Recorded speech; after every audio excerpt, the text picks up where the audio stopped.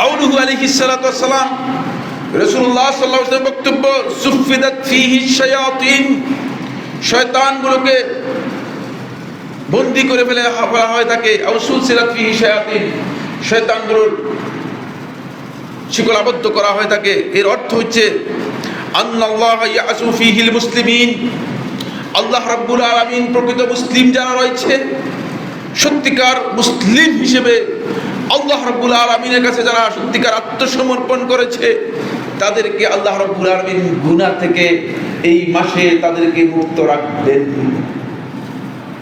কি দাঁড়ালো? আপনি যদি গুনার মধ্যে পড়ে যান, তাহলে বুঝতে হবে যে আপনি মূলত কোনো না কোনো জায়গায় এখনো শয়তানের সাথে গোপনে বন্ধুত্ব রয়ে গিয়েছে। কোনো না কোনো জায়গায় শয়তানের একটা গোপন বন্ধুত্ব আছে।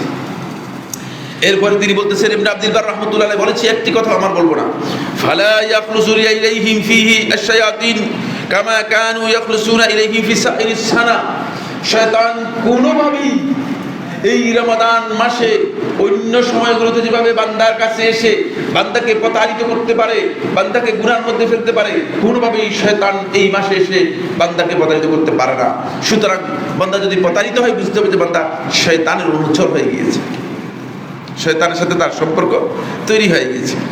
ফলে শয়তান বান্দাকে কি করতেছে, শয়তানের ওই রিমোট কন্ট্রোলের মতো।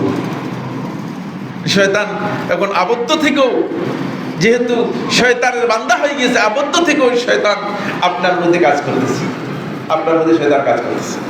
শয়তান আপনাকে পথভ্রষ্ট করার কথা ছিল, সেটা করার জন্য সর্বোচ্চ চেষ্টা আপনাকে চালিয়ে যাচ্ছে।